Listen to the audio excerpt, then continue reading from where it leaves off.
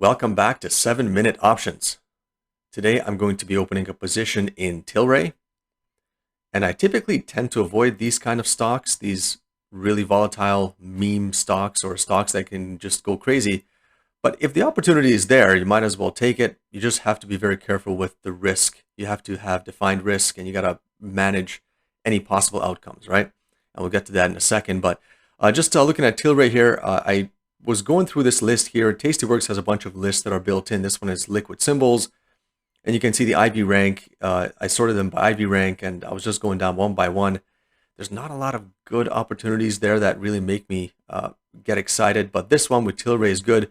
So number one, the IV rank is at 28. It's pretty high. If I look at the chart, it's historically high. So over the last most of March and April, the IV was lower. Now it's a little bit inflated, so it's a good time to sell some premium in there. Also, there's no earnings coming up.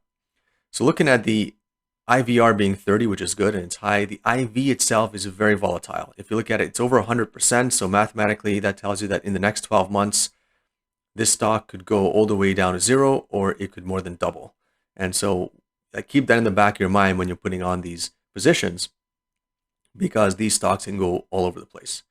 So if I look at this one 36 days out, I don't like to go much more than 40 days, and I don't want to go in the 43-day one because it's a weekly and there's just not a lot of volume in the weeklies.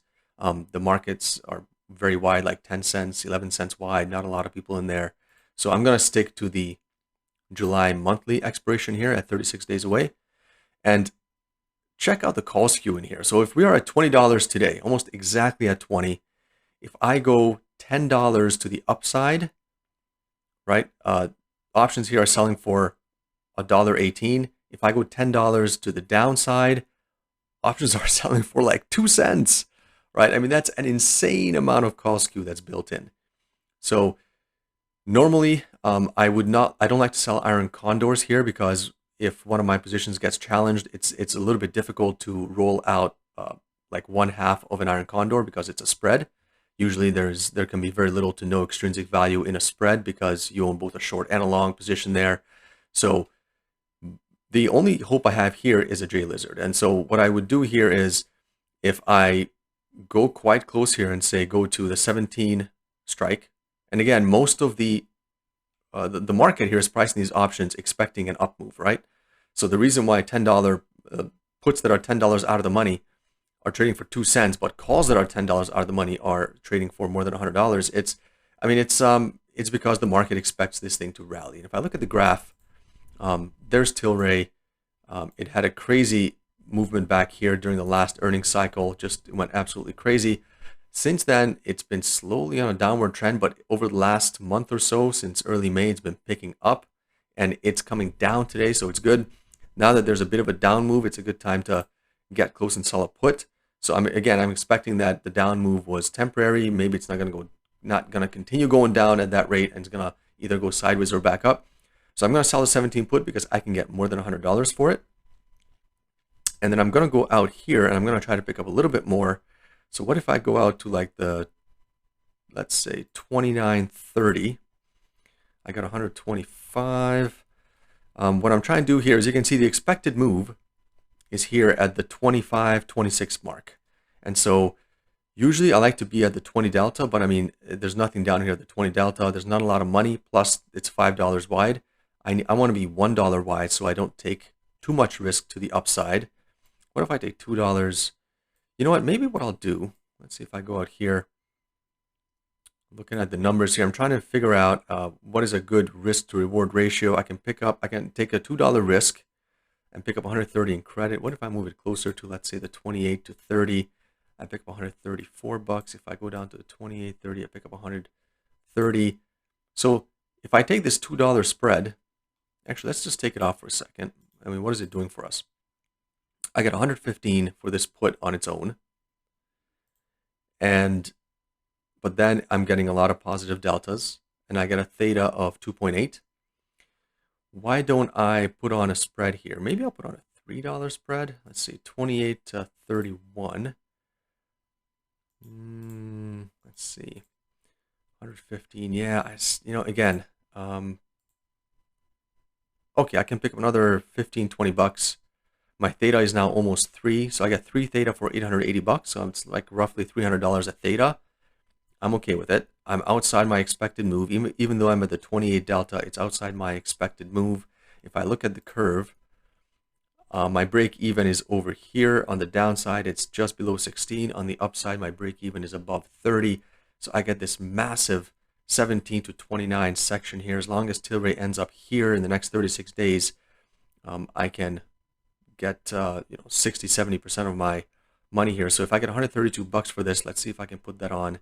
My goal will be to exit for somewhere around 50 to 60% of that.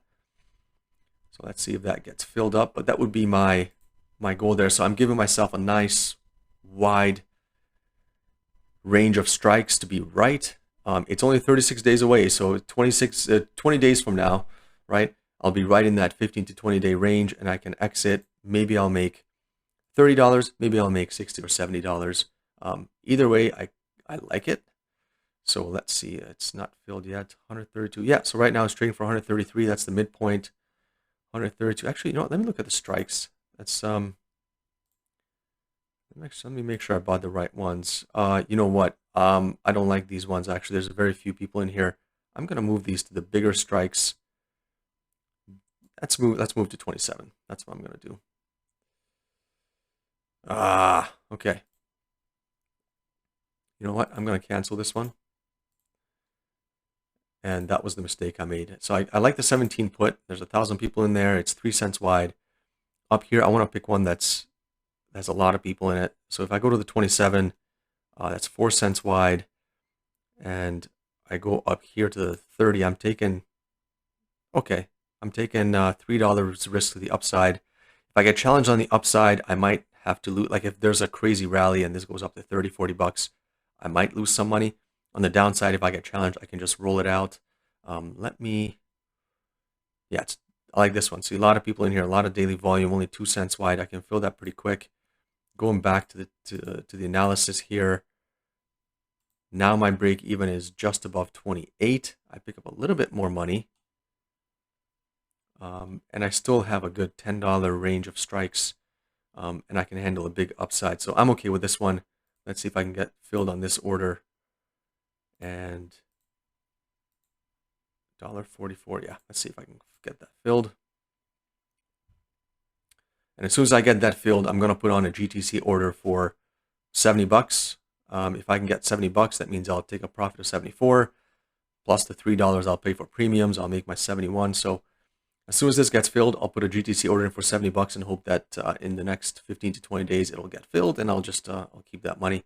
If I want to put that into the chart, 27 and 17 is my zone, just to see where that lands. Price level 17. It always helps me to make this visual. So make that thick, make that 17. And the other one was 27. Let's get that price level up on the 27. Make that accurate. There we go. And July 16th is the expiration, I believe. That is correct. So just to see what that looks like. Time level, July 16th. There we go.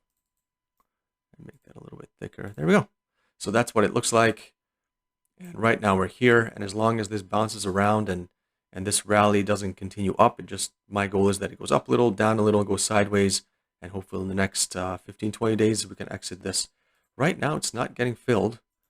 You know what? I will drop this by $1. Get that over the line. I only have about a half hour before the market closes, and it filled. Perfect. So now that it filled, I can